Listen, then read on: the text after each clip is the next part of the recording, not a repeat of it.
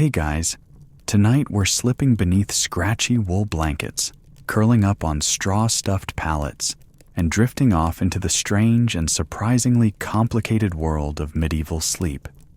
There's no memory foam, no blackout curtains, no white noise machines humming you into blissful unconsciousness.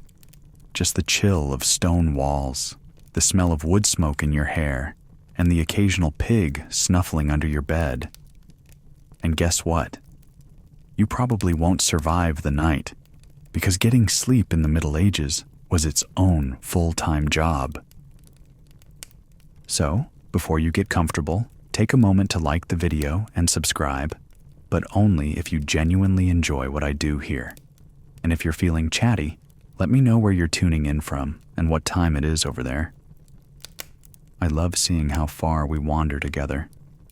Now, dim the lights, maybe turn on a fan for that soft background hum, and let's ease into tonight's journey together. You're tired, really tired. The sun has dipped below the horizon, taking its warmth with it. Your hands are still sore from chopping wood, or stirring stew, or churning butter, or maybe you've just come back from walking 6 miles to get a single rusty horseshoe replaced. Doesn't matter. What matters is that it's dusk now, and in medieval times, that means your body starts shutting down whether you're ready or not. There are no glowing screens, no overhead bulbs, no late-night Netflix. The light fades fast. The hearth throws shadows against the walls, and your only other illumination is a flickering tallow candle that smells like burnt animal fat. Because that's exactly what it is. You start yawning. So does everyone else. Mainstream historical fact: in the Middle Ages, sleep was dictated almost entirely by the natural rhythm of light and darkness. Most people rose with the sun and wound down as soon as it set, not because they were disciplined, but because they couldn't afford not to be. But even if you could stay up, there's really nothing to do after dark. Reading is a luxury reserved for monks and nobles. Playing games would mean lighting candles you can't afford. And heading out at night? Dangerous. You'd be lucky to avoid thieves, wild animals, or just falling into a ditch. People didn't just go out for a walk after dinner. That was a good way to not come back. So you sit by the fire. Maybe someone sings softly. Maybe someone tells a story about the baker who saw a ghost behind the mill house. You nod along, head drooping. And finally, someone says it. We should sleep. But before that, the nightly rituals. You check the hearth, banking the fire so it doesn't die overnight. You toss on a few damp logs that'll smolder until morning. Then it's chamber pot time. There's no bathroom. Just a wooden bucket in the corner, cold, functional, and slightly judgmental. You unlace your boots, peel off your outer tunic, and hang it near the fire so the mice don't nibble it. If you're lucky, you have a linen shift to sleep in. If not, you just keep on your clothes and try not to smell yourself. Then you make your bed, if you can call it that. Quirky historical tidbit. Some peasants didn't have actual beds, just straw piled in the corner, maybe with a bit of cloth tossed over it. The term hitting the hay is pretty literal in your case. And yes, the straw's full of bugs. You stopped caring about that 3 harvests ago. You lie down with your back to the wind coming in through the gap in the shutters. Maybe someone else lies next to you. A sibling, a spouse, an entire line of children. In small homes, everyone shared the same space, and privacy was a luxury reserved for dreams. Historians still argue whether people really slept better back then, due to a lack of screens and artificial light. But most agree that quality sleep was harder than we think, especially in colder months when blankets were scarce and firewood was rationed. As your eyes flutter shut, you realize something peculiar. You're not drifting into one long stretch of sleep. You're preparing for the first sleep, because in the medieval world, one night meant two separate sleeps, interrupted by something strange in between. But more on that in a bit.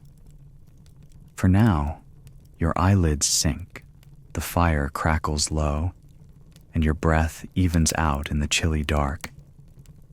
You've earned this rest, even if it won't last long.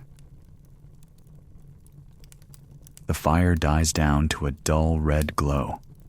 Outside, the wind picks up, whispering through the cracks in the shutters and brushing against the thin wooden walls of your cottage, or, if you're slightly luckier, the thick stone ones of a keep.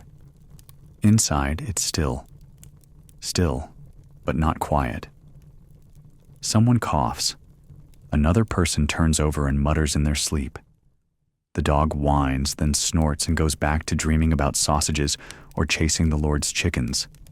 You shift, trying to find a position that doesn't make your back feel like it's lying on a bag of old potatoes, which, to be fair, might actually be under the bed. Mainstream historical fact. Pillows as we know them weren't common among the lower classes. Nobles had fine feather pillows with embroidered linen cases. Everyone else? You're rolling your cloak into a lumpy tube or folding a sack of straw and hoping the mice don't object. Your makeshift pillow crinkles under your head. It's not soft. It smells faintly of hay and something earthy, maybe from the last time it was used to carry turnips. But you sigh and try to relax. One arm crosses over your chest, the other flops off the side of your bedding onto the dirt-packed floor. It's cold. Everything is cold. But sleep finds you. Sort of. Not the dreamy descent we imagine today. It's more like slipping under a blanket that's slightly too short. You settle, fidget, settle again. Your joints complain. Your feet tingle. Your eyes flutter. Open. Close. You finally go under. And that's when things get weird. Because in the medieval sleep cycle, you're not meant to stay down all night. Quirky historical tidbit. People in the Middle Ages often practiced segmented sleep, first sleep and second sleep. They'd snooze for a few hours, wake naturally around midnight, stay up for an hour or two, then sleep again until morning. You stir. Not because someone poked you, just because it's been 4 hours, maybe 5. The fire has gone to ash, the chill has doubled, and you're fully, frustratingly awake. Historians still argue what people did during this middle-of-the-night window. Some suggest they prayed, meditated, or just sat in silence. Others whisper about more risque pursuits, midnight chats, secret visits, or even a stolen snack of leftover broth and crusty bread. You sit up quietly. The person next to you snores softly. You pull your cloak tighter and glance toward the fire.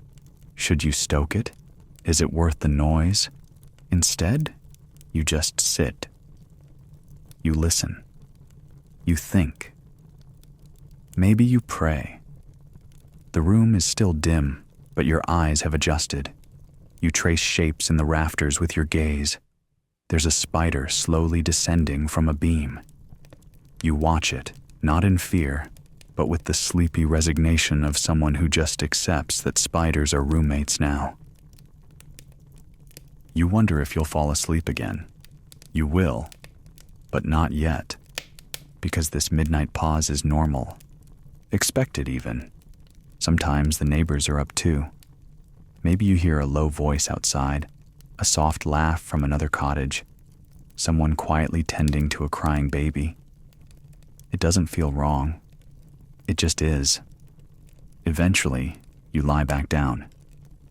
Your head returns to its hay-filled cushion, a little flatter now. You wiggle your toes, tucking them against the warmest part of the blanket, or against someone else's ankle if you're lucky. They grumble, but don't wake. You begin to drift again. Not deeply, not fully, but enough. sleep takes you a second time. Historians debate why segmented sleep faded. Some blame the rise of artificial lighting. Others credit the shift to factory schedules and industrial timekeeping. But whatever the reason, it's gone now, mostly. Unless you're a medieval peasant. Or you, tonight. You dream of a clear sky. Stars that don't flicker. A breeze that smells like honey. You're resting again. For a little while. Until the rooster reminds you what time it is. And just like that, your second sleep ends. Not with a gentle sunrise or a polite whisper, but with the squawk of a rooster outside the window, or possibly inside the window, depending on how secure your shutters are. The bird is proud, obnoxiously so, declaring the day before the sun has even made up its mind about showing up. You groan and pull the blanket over your head, but it's too late. The rest of the household is starting to stir. Mainstream historical fact: roosters, church bells, and the natural glow of dawn were the world's alarm clocks before digital time. And like most alarm clocks, they weren't particularly considerate. You sit up slowly, blinking. Your muscles ache in that well-worn, familiar way. Nothing dramatic, just a steady hum of discomfort that's become part of your body's usual playlist. Someone else is already poking at the fire, grumbling about the damp wood. Another person fumbles with their belt, heading outside to relieve themselves behind the fence. You roll your shoulders and glance at your bedding. The straws poking through again. You sigh, make a mental note to shake it out later, and push yourself upright. Sleep is officially over. Or is it? Because while the rooster's enthusiasm may be contagious, it's not universal. In fact, if you're in a noble household, you might not rise just yet. Quirky historical tidbit. Many medieval nobles had the luxury of lounging in bed well past sunrise, receiving visitors, letters, or even breakfast in bed, an early version of what we now call mornings off. Meanwhile, their servants had already been working for hours. So, where do you fall on that spectrum? Are you a peasant, rising to fetch water before your fingers go numb? Or a lord, drowsily stretching beneath velvet covers while someone else pours your wash basin? Either way, your relationship with sleep is about to end for the day. But let's step back, because something about this whole two sleeps thing still lingers in your brain like fog. You remember waking up in the middle of the night. You sat there, just awake, and it didn't feel wrong. It felt ordinary. Historians still argue why our bodies once naturally embraced biphasic sleep. Some say it's a holdover from ancient human behavior, our need to stay alert against predators. Others think it was spiritual, offering a quiet, reflective pocket of time between dreams. Either way, this fractured sleep was normal across Europe well into the 17th century. And not just in rural huts either. In monasteries, monks woke for nocturnal prayers, matins, chanting in the dark before returning to bed. Townsfolk would often light a candle and do small chores. Couples might even use this time for, well, intimacy. Some even believed the hours after first sleep were ideal for conception. Less stress, more serenity. Back in your little room, the coals glow gently in the hearth. Your second sleep has left you in a daze. Not fully rested, but not exhausted either. You rise slowly, wrapping a cloak around your shoulders. The floor is cold, and your feet complain with every step. You check the basin. The water inside has a thin film of ice on top. You groan softly, dip your fingers in, and splash your face. Instant regret. But you're awake now, fully. Sleep, medieval style, is a patchwork of half-rests, chilly interruptions, and the occasional ghost story whispered into the dark. It's not efficient, it's not luxurious, but it is strangely human. And as you stand at the window, watching the sky change from indigo to bruised gray, you wonder how we ever came to expect sleep to be perfect. Because here, in this age, it's not. It's good enough. It's survival. It's shared. It's two halves stitched together by candlelight and breath. And for the moment, that's all you need. Your second sleep is over, and so is the illusion of peace. Because here's something you didn't expect. The bed, or what passes for one, isn't just yours. It never was. You slept in a pile, a heap, a tangle of elbows, knees, snores, and shared body heat. Welcome to the communal sleep pile. You shift, trying to stretch your legs without kicking someone's shin. Or child, or possibly the family dog, who's nestled right behind your knees like a furry heating brick. You smell onions and old wool. You blink. Someone's braid is in your mouth. Mainstream historical fact. Most medieval families, especially peasants, shared a single room and usually one bed or pallet.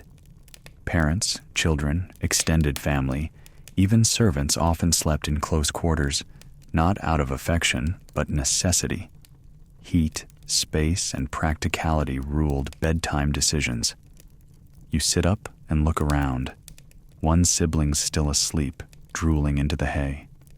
Another is muttering dream gibberish. Your uncle is already halfway into his boots, muttering about roosters with murder in his eyes. You gently shake off the dog who sighs and goes back to sleep. Smartest one of the bunch. This is how it was. No bedrooms, no privacy, no tiptoeing to your own corner of the house. There is no corner, just bodies, and snoring, and farts, because yes, people fart in every century. You scratch your neck, lice again. Quirky historical tidbit. Medieval people often dealt with lice and fleas as a matter of routine. Combs, herbal washes, and even head shaving were common attempts at control. Some even believed that being itchy meant the body was expelling bad humors. You make your way to the hearth, stepping over legs, paws, and a cooking pot. It's still dark, but someone's already stirred the coals back to life. You huddle close.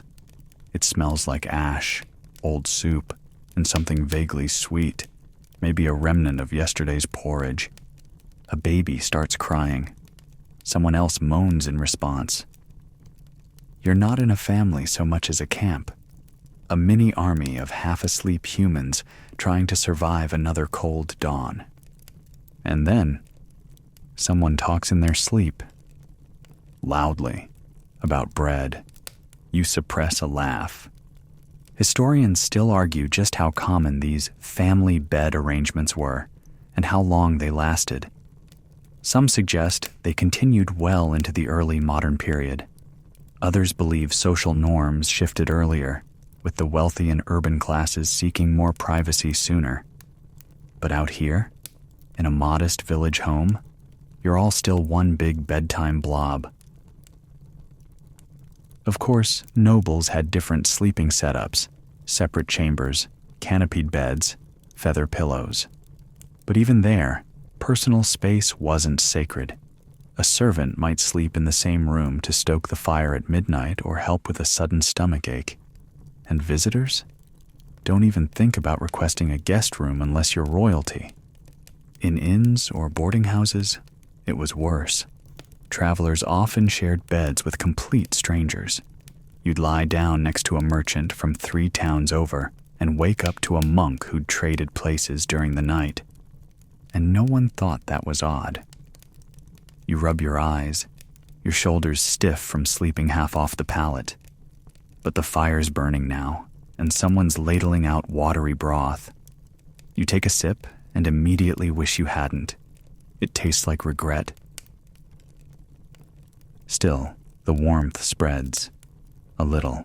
You reach for your outer tunic, still damp from yesterday's rain. You shake out the sleeves. A spider falls out. You nod respectfully and let it scuttle away. Outside, the day is beginning.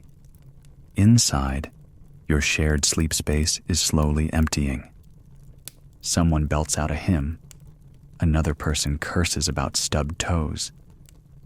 And somehow, in the middle of all this chaos, you smile, because you're not alone. And in the medieval world, that might be the only kind of comfort you get. The cold creeps in like a patient burglar, slow and deliberate. It snakes up from the dirt floor, curls beneath the gaps in the shutters, and settles over your shoulders like a wet wool blanket. Your breath fogs the air. You blow into your hands, rub them together, then press them against your cheeks like that'll do anything. Spoiler: it doesn't.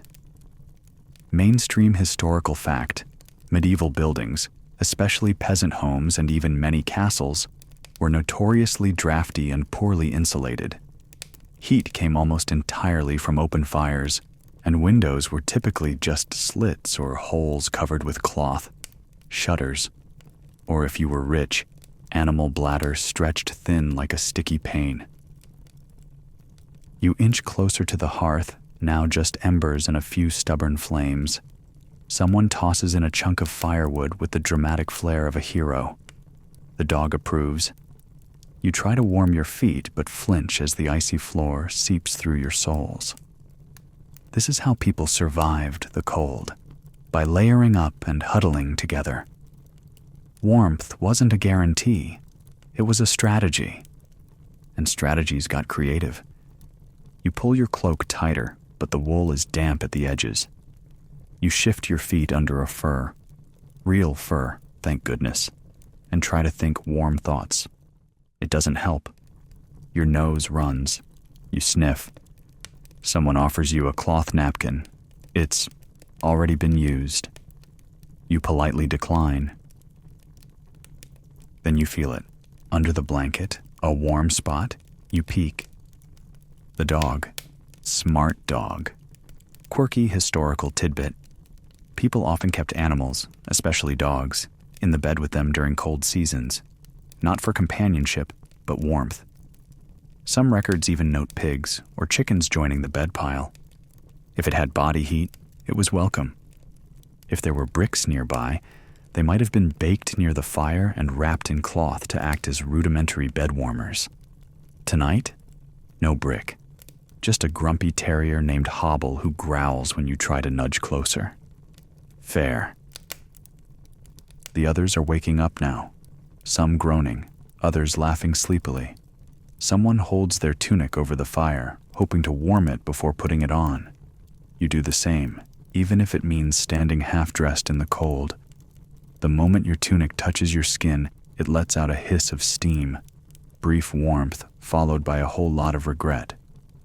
You long for something soft, cushioned, modern. But here, the closest you get is a sack of straw and the company of shivering relatives. Historians still debate how common actual beds were in the lower classes. Some suggest raised platforms with planks were more widespread than once thought. Others believe most folks just flattened straw or heather and hoped for the best. Either way, no one was getting memory foam. The dog inches closer to the fire and lets out a sigh so dramatic you're momentarily jealous. You poke at the embers. The warmth reaches your hands. A little, not much, but enough to stop your fingers from feeling like carved bone. Outside, frost lines the edges of the door.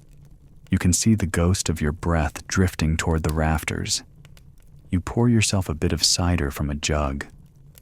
It's room temperature and slightly fermented, but it warms your throat, which is more than you can say for the thin broth from earlier. Someone else sprinkles herbs into their mug, like it'll fix anything. They're wrong, but it smells nice. mint and thyme mostly. A sharp knock at the shutter startles everyone. It's just the neighbor, checking if the path to the well is frozen. Someone says it's probably fine. They're wrong. Historians agree winter mornings in the medieval world were brutal. Without central heating or proper insulation, waking up meant battling your environment. Whether in a hut or a castle, you were still fighting cold air, damp stone, and the aching chill of worn-out wool. You step outside with a bucket, immediately regretting every decision that led you to this point. The frost bites your ears. The sky is gray and sluggish.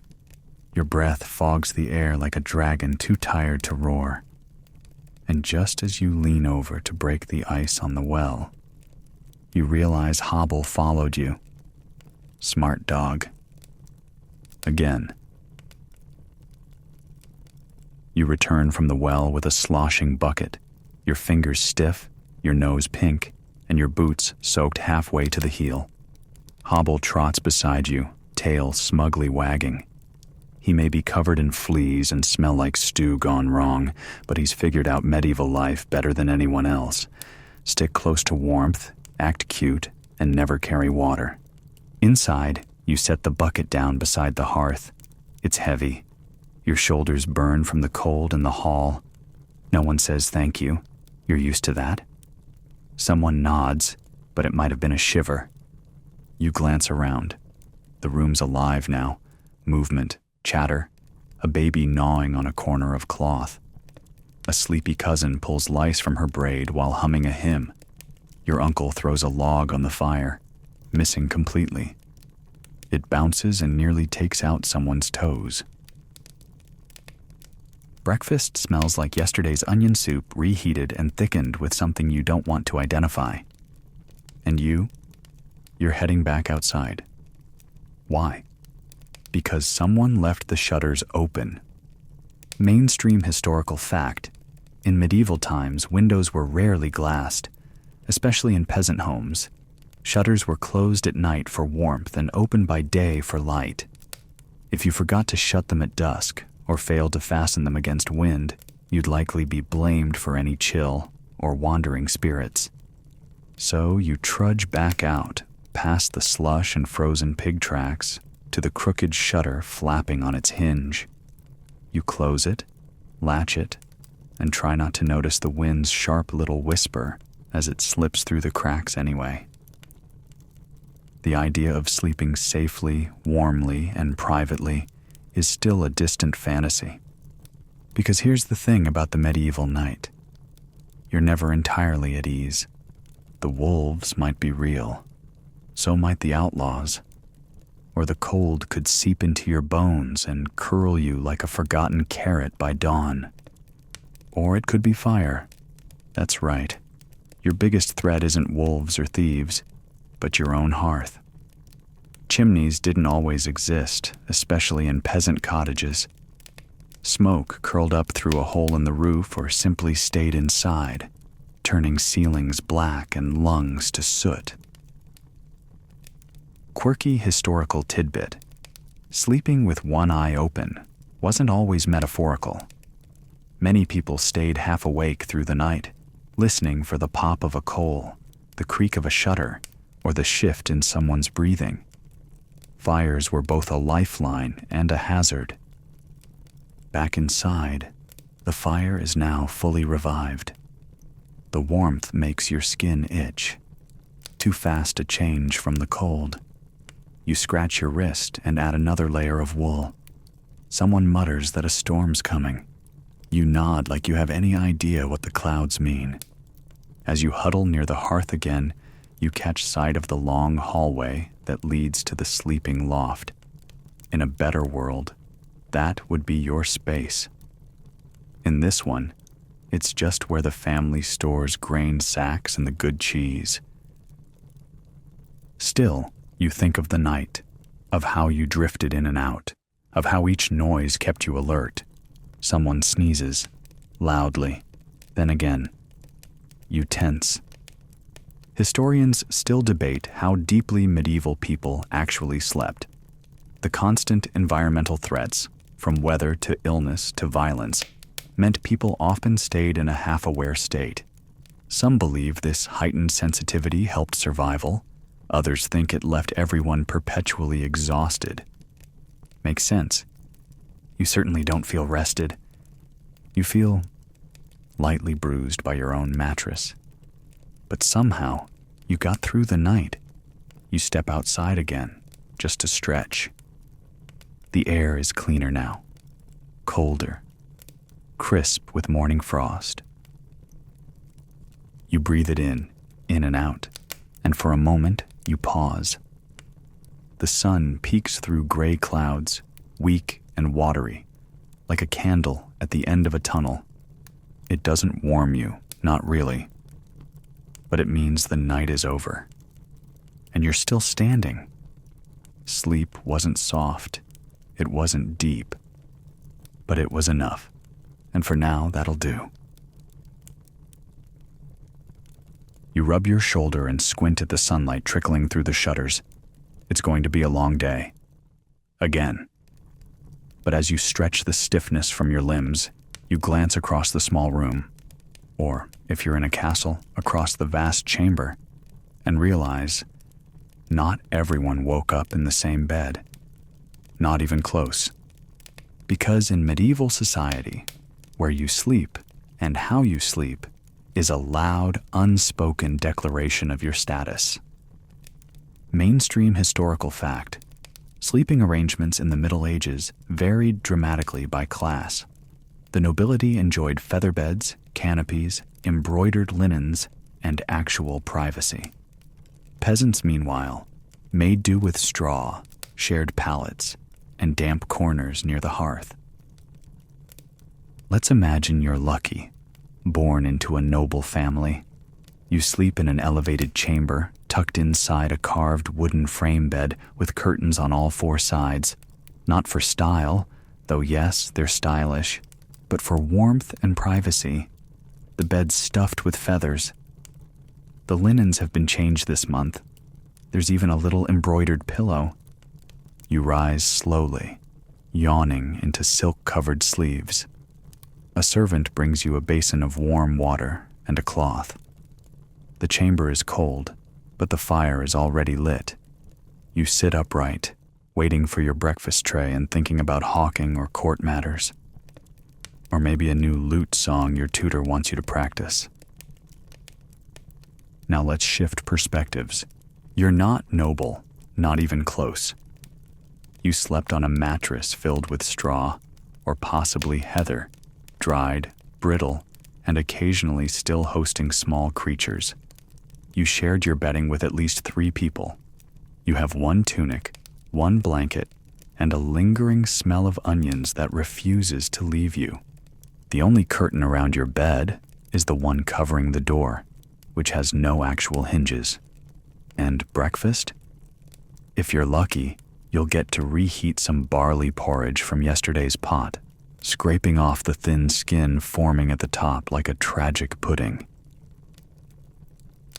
Historians still argue whether the differences in sleep quality between classes led to real health disparities. Some believe the lack of insulation and chronic cold among the poor weakened immune systems.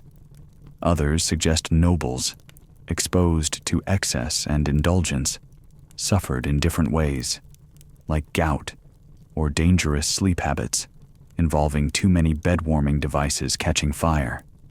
There's no winner, really, just different flavors of discomfort. Even in castles, nighttime wasn't silent. Noble bedrooms might have tapestries, but they still echoed. The wind howled through tall windows.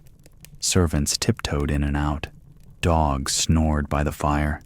You might hear the scuff of rats behind the paneling, or a drunk guard shouting at the moon. In a peasant's hut, the noise was just closer. Children whimpered, parents muttered, grandparents dreamt out loud, and someone always snored like a dragon. Quirky historical tidbit. Some noble beds were so large they could fit an entire family, literally. Parents, children, nurses, visiting cousins, all in the same ornate curtained fortress of sleep. So much for privacy. You shift again. You're back in your peasant skin now, sitting on your haunches, pulling your only socks, wool, damp, possibly cursed, over your numb feet. You wonder what it might feel like to wake in linen, to stand on rushes instead of dirt, to stretch beneath a ceiling that doesn't drip when it rains. But those thoughts don't help. They just make the cold sharper. So you shake them off, grab your cloak, and open the door. Outside, the wind bites your cheeks, but at least it's honest. Inside, everyone's rising, everyone's yawning, everyone's trying to brush the night off their shoulders, like it didn't crawl inside them and settle in their bones. Sleep here is not gentle, it's not restful, but it's survival. And tonight, you'll lie down again, whether in a feather bed or on heather, and do it all over. Because in the medieval world, the difference between dreaming and waking isn't always in your control. It's just another layer in the blanket of your place. The day grinds forward, but your mind lingers on the night. Not last night necessarily, though your back reminds you it wasn't pleasant, but the entire idea of night, of sleep, of rest, and what it means in a world that never truly quiets down. Because in the medieval world, night isn't just a time. It's a force, a mood, a hazard wrapped in silence and shadows. You don't just go to bed, you survive the dark. Mainstream historical fact: the medieval night was feared and respected. Without artificial light, most people stayed indoors after dusk. Darkness was associated with danger, sin, and mystery. Few dared to roam after sunset unless absolutely necessary, or unless they had something to hide. You're standing just inside the door now, peering out. The sun's risen fully, but it's weak, like it's not sure if it wants to commit. Your feet ache from earlier chores. Your hands are red from the cold. But your eyes, they dart toward the tree line. Because at night, that forest becomes a different place. And if you think monsters are just stories, think again. People believed in spirits, will-o'-the-wisps, witches gathering in secret, and creatures that crept through the night to steal breath from sleepers. You weren't just dealing with bad dreams. You were dodging supernatural roommates. Quirky historical tidbit. In parts of medieval Europe, people would place iron objects, sprigs of herbs, or even shoes under their beds to ward off night demons. Yes, shoes. Apparently, goblins are too polite to touch footwear. Back in your cottage, or perhaps your small stone home, you remember the rituals. The candle is snuffed with care, not blown out. That's bad luck. You sprinkle salt near the threshold. You whisper a small prayer. You tuck your feet in tight so nothing grabs them. And then you lie down. But sleep doesn't come easy. It never does. You think of the stories, like the one about the black dog that stalks people through their dreams, or the midwife who swore she saw a corpse walk through her door just after midnight. You roll onto your side and try to dismiss the images. But there's no white noise machine here, no gentle hum to cover your thoughts. Just the fire crackling and the slow, measured breathing of others, and your own heartbeat, louder than it has any right to be. Historians still argue whether these fears were superstitions taken seriously or simply cultural norms passed down like bedtime stories. But one thing is certain: the fear of night shaped how people slept, where they slept, and what they did before closing their eyes. Even nobles weren't immune. Some kings had guards posted in their bedchambers. Some had religious relics placed near the bed, holy water, blessed crosses, even saint bones tucked beneath the mattress like very creepy teddy bears. And yet, sleep still came.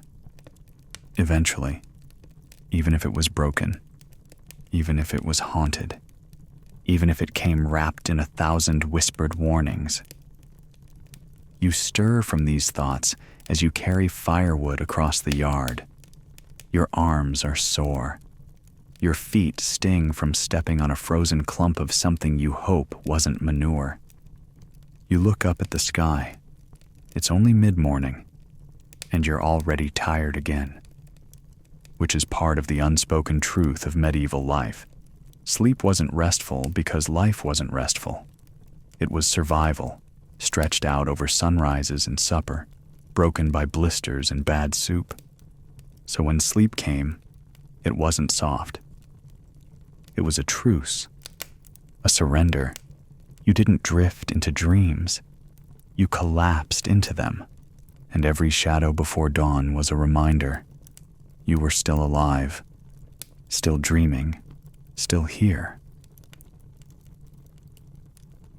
You press your fingers into your temple and yawn, but it's not the kind of yawn that comes from boredom. It's the hollow, dragging kind, when sleep didn't really do its job and you're still moving through fog.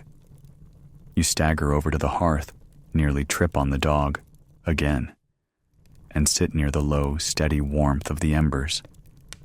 And just above you, on the wall, a face stares down. Not a real face, but one carved in wood. A saint, maybe, or something meant to be holy. His eyes are wide and blank, his fingers held up in blessing or warning. You stare back, uncertain whether you feel comforted or judged. Mainstream historical fact. Religious imagery was common in medieval homes, especially in wealthier or devout households. Saints, crucifixes, and painted icons were placed above beds to protect sleepers and ward off evil. You shift uncomfortably. Did you snore last night? Did you drool? You can't remember. But Saint What's-His-Face up there knows, and he's not saying. The others in your house are stirring now, stretching, scratching, and bumping into furniture. Someone's pouring water over a pot. Someone else is praying, whispering with a hand over their mouth. You don't disturb them.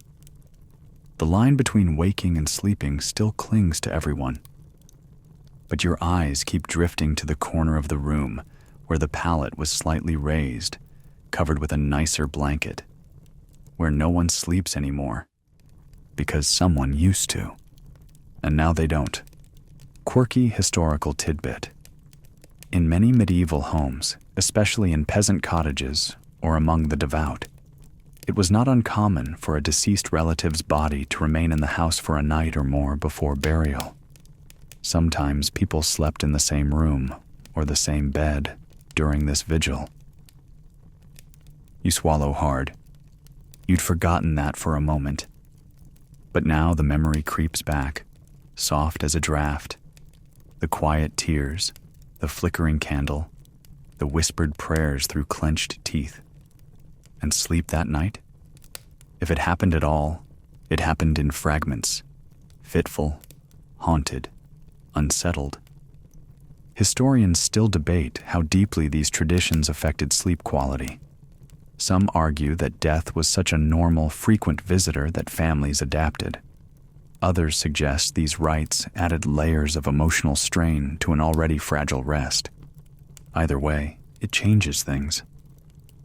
When you lie down in the same room where someone's passed on, especially in a time without embalming or refrigeration, you don't close your eyes easily. You wonder if they've really left. You wonder if you'll follow. You shake the thoughts off like a dog shaking out water. Too much. Too soon. Back at the hearth, someone breaks a crust of bread and hands you a piece. You chew. It's dry and sharp-edged, but it fills your stomach. For now. Saint Face still watches. You throw a cloth over him. A little privacy, please. The day trudges on. You carry a pail outside. The ground is firm. The sky is low. You hear church bells from the village. That sound means it's already mid-morning, and you've got half a dozen things to do before supper. But in the back of your mind, you think about tonight, about lying back down, about the dreams, because medieval people dreamt just like we do, but their interpretations were stranger. They believed dreams could be divine messages, or demonic tricks, or signs from the dead. Some even kept little books to record them, or told them to priests. Dreaming of bread might mean famine. Dreaming of animals could mean illness or lust, or both, because why not? You shake your head. You'll try not to dream tonight. You're not sure you could handle the symbolism. You're not even sure you can handle another night next to that saint. But you will, because in this world, sleep isn't sacred. It's just part of the day's routine. And death? Well, he sleeps beside you too. You eye the wall again. Saint Curtain Face is still hidden beneath that cloth you tossed over him this morning. He doesn't seem to mind. Or maybe he does and just isn't saying anything. Either way, you let him be and go about the rest of your long, lumpy day, knowing that once the sun begins to set, everything will slow again. Well, sort of. Because the sun going down doesn't mean peace. It means preparation. You begin to shift the furniture slightly, move a stool, pull the rushes closer to the hearth, stretch out the old wool blanket. You're building your bed, such as it is. And privacy? You chuckle. Privacy is a fantasy. Mainstream historical fact. Most medieval people, especially peasants, lived in single-room dwellings where eating, working, and sleeping all happened in the same space. Even in larger homes or castles, privacy was rare. Curtains or screens might offer a symbolic barrier, but little more. You roll out your straw pallet and tuck the least worn corner of your blanket underneath your feet to keep the drafts out. Your cousin's doing the same thing a few feet away, and your grandmother has claimed the stool again, the one closest to the fire. She'll doze upright. No one argues. It's not that people didn't value privacy. It's just that it was almost impossible to come by unless you were rich or cloistered. A curtain might stretch between beds if you were lucky, offering the illusion of separation. A room divider might be constructed from hanging cloth or rush mats, but it did little to block sound or smells. Quirky historical tidbit. Some wealthier homes had box beds, wooden enclosures with sliding doors or shutters, essentially turning the bed into a cabinet. Cozy, yes. Private? Sort of. More like sleeping in a fancy wooden coffin. You glance around the room. In one corner sits the chamber pot. Nearby is a pair of boots drying beside the fire. The stew pot is still half full. A toddler is already asleep on the floor, one thumb in their mouth, the other hand curled around a wooden spoon. And you? You shuffle to your spot and lie down. No feathers, no sheets, no mattress. But the dog's nearby again. Hobble stretches out, sighs, and thumps his tail. That's something. A breeze flutters through the shuttered window. You wince. The latch is holding, barely, but the wind finds its way through every crack. Historians still argue how people coped with the sensory overload of shared sleeping quarters. Did they become immune to noise and movement? Did they mentally tune each other out? Or did sleep simply come from sheer exhaustion, no matter the distractions? Your answer arrives in the form of your uncle removing his boots with 2 loud grunts and the scent of medieval cheese. You gag softly. The saint on the wall probably would too if he weren't draped in cloth. But eventually, your body relaxes. You nestle deeper into the scratchy straw and threadbare wool. Around you, the familiar noises begin to settle into place. The crack of the fire, the soft hum of prayers, the wet snore of someone who's already half dreaming. The curtain dividing the room flutters slightly. You hear someone whispering. Nothing urgent. Just bedtime gossip.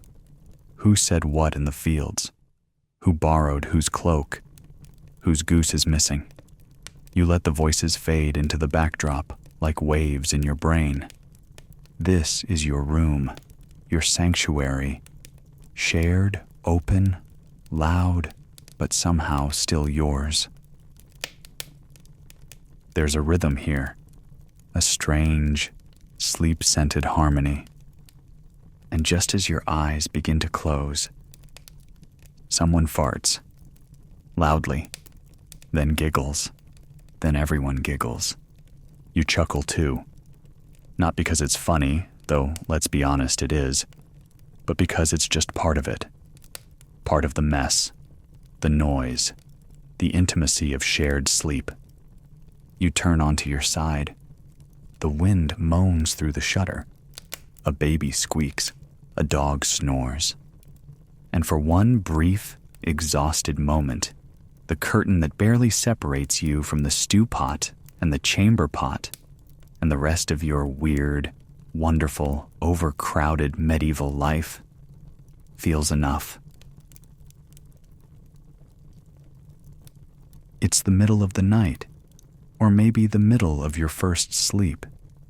You're not sure, but something yanks you out of a warm, straw-scented dream involving pies and a talking goat. Your eyes flutter open. Darkness greets you, thick and velvety. The fire's nearly out. Only the faintest orange ember glows like a sleepy eye in the hearth. And then, clang. What was that? You sit up, heart pounding. Was it a door? A pot falling? The wind? Or the bell? Mainstream historical fact, church bells were a constant auditory feature in medieval life. They rang for matins, vespers, mass, births, deaths, storms, and, yes, midnight prayers. If you lived near a monastery or town church, chances were good you'd be hearing bells at least once during the night. You strain your ears. Nothing now but the shifting of someone nearby, rolling over and muttering something about cabbage. You lie back down, unsure if the noise was real or just part of your dream. But sleep? That's gone now. And so is your blanket, half stolen by your cousin who's cocooned like a particularly ungrateful moth.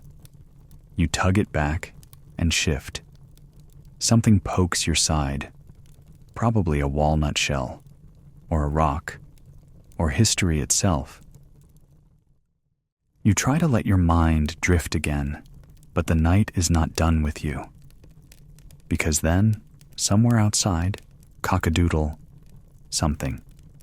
The rooster. It's not morning, not even close. But roosters, you've learned, have no sense of time or manners. You bury your head under the blanket, hoping for silence. Instead, you get the unmistakable sound of someone relieving themselves into the chamber pot. Quirky historical tidbit. Medieval chamber pots were usually emptied in the morning, but during the night, they were used often and by multiple people. If you were lucky, the pot was in a corner. If you were unlucky, you were the one who had to empty it at dawn. You hold your breath and wait. Sleep is now a distant wish. And then, footsteps. Slow, deliberate, outside. You freeze. It could be a neighbor. It could be a thief. It could be something worse, at least according to your grandmother's stories. She told you of the Nachtvolk, beings who roamed the dark hours, stealing heat from homes and breath from lungs. You never believed her. Not really. But now, lying here, heart thumping in your throat, you think maybe, just maybe. Historians still argue how seriously medieval people took these folk tales. Some scholars say they were metaphors for illness or natural phenomena. Others believe they were genuine expressions of cultural fear, a way to explain the unknown in a world with precious few answers. You slowly peek out from the blanket. The steps have stopped. Maybe it was a cow. Maybe it was a trick of your ears.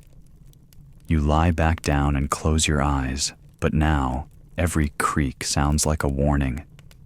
Every shift of wood or flutter of curtain pulls you back from the edge of rest. And that's the thing about sleep in this world. It's not guaranteed. It's not even expected to be smooth.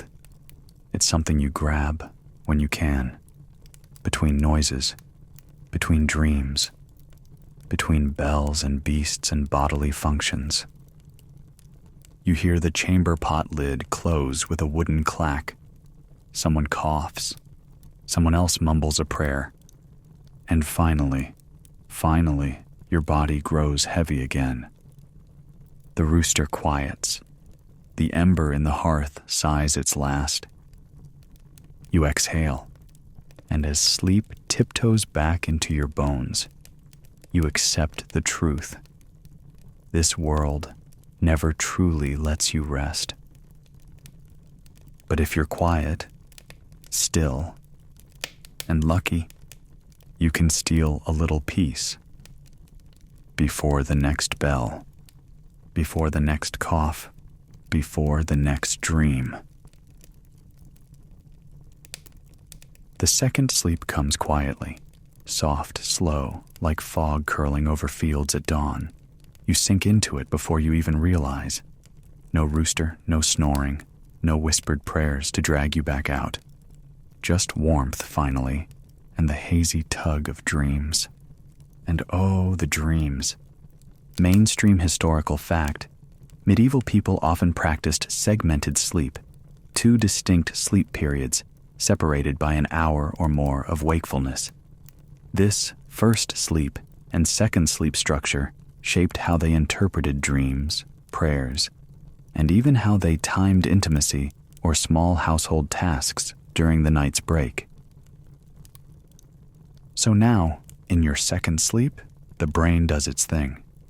It spins a world where you're wandering through a blooming meadow in winter, followed by a goat with 3 eyes who insists he's the Pope. You don't question it. You never do in dreams. But back then, people did question them. They studied them, feared them, sometimes even confessed them. Because dreams weren't private.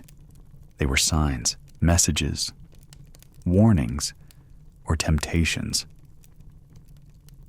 Quirky historical tidbit: dream manuals, called Oneirocritica, circulated during the Middle Ages, filled with interpretations. Dream of climbing a ladder? You're rising in social status. Dream of falling? Spiritual failure. Dream of apples? Lust. Dream of cheese? Also lust, depending on the context. And if you dreamt of fish, well, definitely watch out. You, right now, are dreaming of swimming through ale while your grandmother sings on a barge made of bread. You'll probably need to confess this later. Historians still debate whether medieval people truly believed every dream held meaning, or if it was mostly religious teaching that pushed this interpretation. But the obsession with dreams is well documented in diaries, letters, even sermons. Some monks spent more time analyzing their sleep than actually getting it. You shift in your dream. You're now being chased through a stone corridor by a pig dressed as a priest. Okay, time to wake up. But waking isn't instant. It rolls over you slowly, like surf over sand. You feel the scratch of straw again. Hear the crackle of someone stoking the fire. Smell smoke and porridge and wet wool. Your eyes blink open. Light leaks in around the shutter edges. Day has arrived. Sort of. You lie still, remembering the dream. You wonder if it means anything. Will you fall ill? Get kissed? Be accused of heresy? More importantly, can you go back to sleep? Probably not, because someone's nudging you. And not softly. You groan and sit up. The toddler's crawling over your foot, chewing a wooden spoon. Your cousin is picking hay from her hair. Your uncle is trying to put on both boots at once and failing in spectacular fashion. Morning in a medieval household is chaos. The dreams? They're already fading, slipping away like mist at sunrise. But some linger, like the goat pope. You make a mental note to maybe not share that one. You yawn, stretch, and rise with the rest. A new day begins, and the dreams? They go back into hiding, waiting for night, waiting for you. The day winds on, and though your legs move and your arms lift buckets and your mouth mumbles through greetings, part of you is still stuck in the dream, the one with the pig priest. You haven't spoken of it, because, well, how would you even begin? But it clings to your mind like burrs on wool.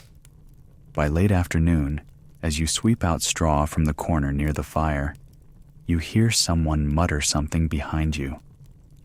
Walked in her sleep again. You freeze. It's your cousin.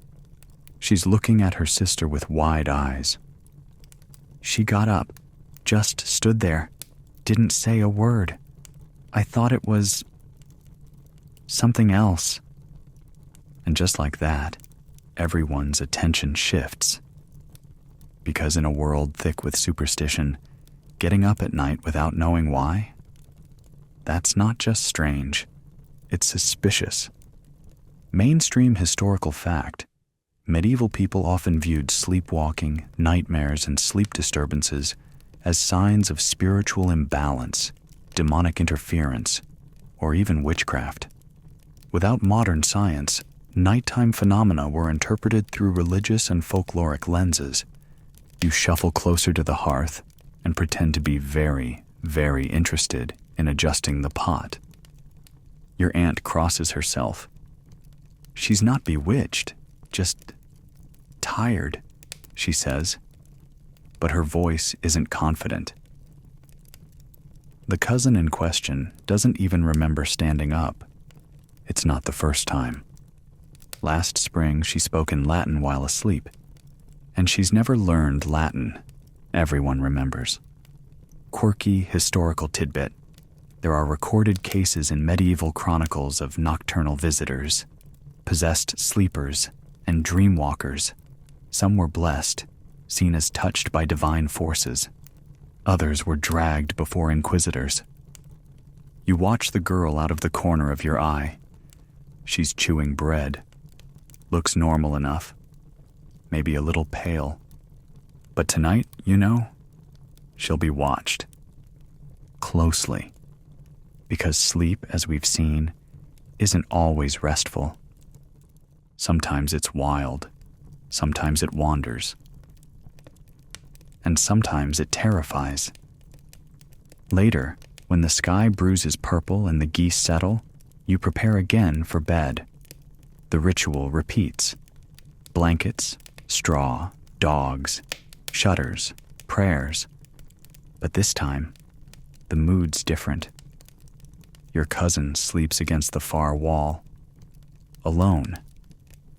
Not because she's dangerous, but because people are scared, and fear is contagious. Historians still argue whether these nocturnal fears were socially constructed hysteria or genuine phenomena amplified by belief. Likely both. In an age without explanations, stories filled the void. And there were so many stories. You heard one just last week. A man who dreamed his teeth fell out and woke up to find they had. Or the midwife who kept seeing a horned child in her sleep, only to birth one in a dream so vivid it caused her to scream for days. Sleep wasn't just rest. It was another realm, with its own rules and its own risks. You lie back now, staring at the rafters, listening to the fire. Tonight feels different. There's tension in the air, unspoken. The little girl across the room is already snoring, but her mother has one eye open. The dog growls softly in his sleep. A log pops. And you think of your cousin. You think of walking dreams, of muttered Latin, of standing still in the dark, eyes open but unseeing. And you wonder, will she rise again tonight? Will someone scream? Will she float? Of course not, right? You pull your blanket higher, just in case. Because tonight, you're sleeping with one eye open. The rooster is late this morning. Or maybe your ears just don't register the sound right away. You wake slowly, the fog of that uneasy night clinging to your skin like damp wool. Around you, the room is still dim, just a touch of dawn sneaking through the shutters.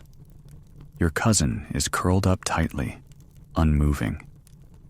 No midnight whispers, no ghostly strolls. You exhale, a little more grateful than you expected. But even though the night was quiet, your body still feels like it's been beaten with a sack of turnips, because that's how medieval sleep works. Scattered, communal, noisy, itchy, and rarely long enough. Mainstream historical fact. Sleep schedules in the Middle Ages were deeply shaped by environmental cues, sunrise, sunset, church bells, as well as social status and religious obligations. For peasants, sleep was often broken, irregular, and stolen between labor and prayer. There's no such thing as 8 hours. You sleep when you can. You nap in shifts. You snooze during Mass if the sermon is particularly droning. If you're a servant, you sleep in gaps between tasks, maybe curled under a stairwell or next to a boiling pot. If you're a farmer, you collapse at dusk, rise before dawn, and sneak naps during lunch breaks, if your back isn't screaming. Even monks follow a broken schedule. They rise for prayers before the rest of the world has even stirred. Vespers, matins, lauds.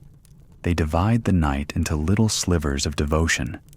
Sleep becomes a mosaic, pieced together between verses. Quirky historical tidbit. Some people would prop themselves upright against walls or use sleeping stools to nap in short bursts during daytime work. Upright sleeping wasn't just for convenience. It was also considered more pious in some circles, especially for the sick or devout. You think of your neighbor, old Peter, who claims he hasn't had a full night's sleep in 30 years. He nods off mid-conversation, mid-chew. Once, famously, mid-prayer while standing. People say it's a blessing. Others say he's part goat. You stifle a laugh. Historians still argue whether medieval sleep was better or worse than ours. Some claim it was more natural, aligned with the body's circadian rhythm. Others point to the constant disruption, the damp conditions, the parasite load, and say firmly, absolutely not. Your vote? Let's just say, you're not signing up for a second round. You rub your eyes and begin the motions again. Stretch, scratch, shift. The room fills with movement. Yawns, shuffles, cloth rustling. Someone swears softly as their foot hits a chamber pot. The toddler is already up, chasing the dog with a stick. A pot clangs. The day has begun. But you're still tired. Of course you are. Because rest isn't about how long you sleep. It's about how often you wake. And in this world, everything wants to wake you. The bells, the beasts, the dreams, the cousin who may or may not be dreaming in Latin again. You stretch your arms over your head and sigh. Tonight, you'll do it all over again. Another chase for rest, another dance with shadows, another brush with whatever it is that hides between first sleep and second. But for now, porridge, and maybe a nap at noon. The sun stands high now, brushing its dull gold over the rooftops and the backs of your sore hands. The morning's been a blur of labor, fetching water, mending clothes, watching someone try to reattach a broken chair leg with nothing but prayer and hope. And as your body moves through the day, your mind keeps circling one quiet thought. Sleep. Not just the sleep you got or didn't get, but sleep as a thing. A precious, elusive animal, always scurrying out of reach. Because here, in the medieval world, sleep is never guaranteed. Mainstream historical fact. In medieval medical theory, sleep was considered essential to health, but also mysterious and precarious. Doctors, many still working within a framework of humors, warned against sleeping too much or too little, especially during the wrong hours. Nighttime was meant for rest, but certain hours were thought to be dangerous for the soul. You recall the old woman in the next village who refused to sleep at twilight. She believed the in-between light opened a door to other realms. She'd sit in her chair until the sun fully vanished, only then slipping beneath her woolen blanket. Everyone has a theory. Everyone has a ritual. You chew slowly on a crust of bread and think of yours. Not much of one, really. You try to keep your feet warm. You whisper a prayer. You avoid looking at the shadows in the corner. Sometimes that works. Quirky historical tidbit. In some regions, people drank sleep potions made from poppies, wine, or lettuce steeped in vinegar. These natural remedies ranged from mildly effective to absolutely terrifying. One recipe involves crushed toadstool and goat's milk. Side effects included, well, not waking up.